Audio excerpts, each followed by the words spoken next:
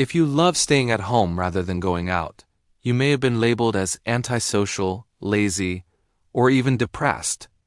But walking through your front door and shutting out the world doesn't feel like hiding. It feels like finally taking a deep breath. There's a powerful psychological reason for that. You aren't avoiding life, you're engaging in something called restorative niche construction. While society tells you to be out, mingling with the crowd, your brain knows exactly what it needs to thrive. You don't hate people. You just value your energy enough to protect it. If your home is your sanctuary, you likely share these 4 rare personality traits. First, you have a low tolerance for performative socializing. If you love staying home, you've probably noticed a pattern when you go out. Most people aren't really listening to each other. They're just waiting for their turn to speak. You find large social gatherings draining not because you're shy, but because they're often filled with surface-level noise. You'd rather sit in silence than take part in conversations where people are pretending or faking interest. Your home is the one place where you don't have to perform. You don't have to smile when you're not happy. You don't have to dress up, and you don't have to explain yourself. You value authenticity so much that you'd rather be alone than surrounded by people pretending to care.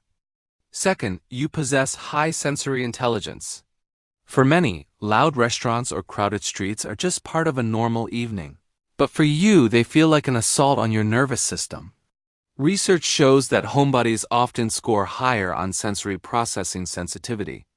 You notice the noise, the chaotic energy, and the demands of your environment much more intensely than others. When you stay home, you're not just resting. You're controlling your environment.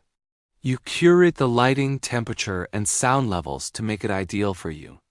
It's not about fear, it's about optimization.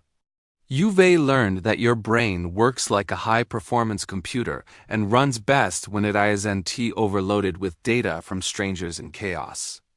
You've created the perfect space where your mind can recharge. Now, protecting your energy explains why you avoid crowds, but it doesn't explain what you do with all that solitude. That brings us to the next trait. You view your home as a laboratory for self-growth. Society may think you're doing nothing when you stay home, but you're likely busier than anyone realizes. You're a crafter, a writer, a builder, or a thinker. Research into flow states shows that deep creativity requires uninterrupted time.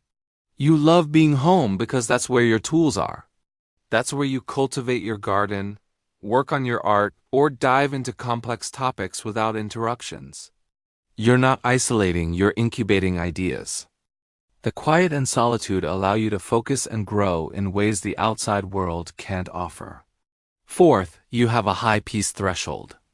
After a hectic past or a toxic job, you've likely reached a point where you realize that drama is too expensive to deal with and you won't pay that price anymore. You've learned that, as you get older, you simplify. You curate your life to protect your peace. You've probably had friends who only wanted to dump their emotional trauma on you or social circles that thrived on gossip. Staying home is your way of creating a boundary against that chaos. You've discovered that a quiet night with a pet, a book, or a partner who understands brings more dopamine than a night out ever could. You're not lonely. You're peaceful. To some, peace might look like boredom, but to you, it's freedom. Here's the truth. Loving your home isn't a weakness. It's a sign of self-sufficiency. According to the Savannah theory of happiness, highly intelligent people experience lower life satisfaction when they socialize too much. Why? Because they're focused on long-term goals and inner growth. Your ability to be happy within your own 4 walls means you've created a life you don't need to escape from. You haven't withdrawn from the world. You've just built a better one inside. If your home is your favorite place, drop a house emoji in the comments to show you understand. And if you want to learn more about why your brain craves depth over noise, hit the subscribe button. Check out our newsletter for even more valuable insights like this.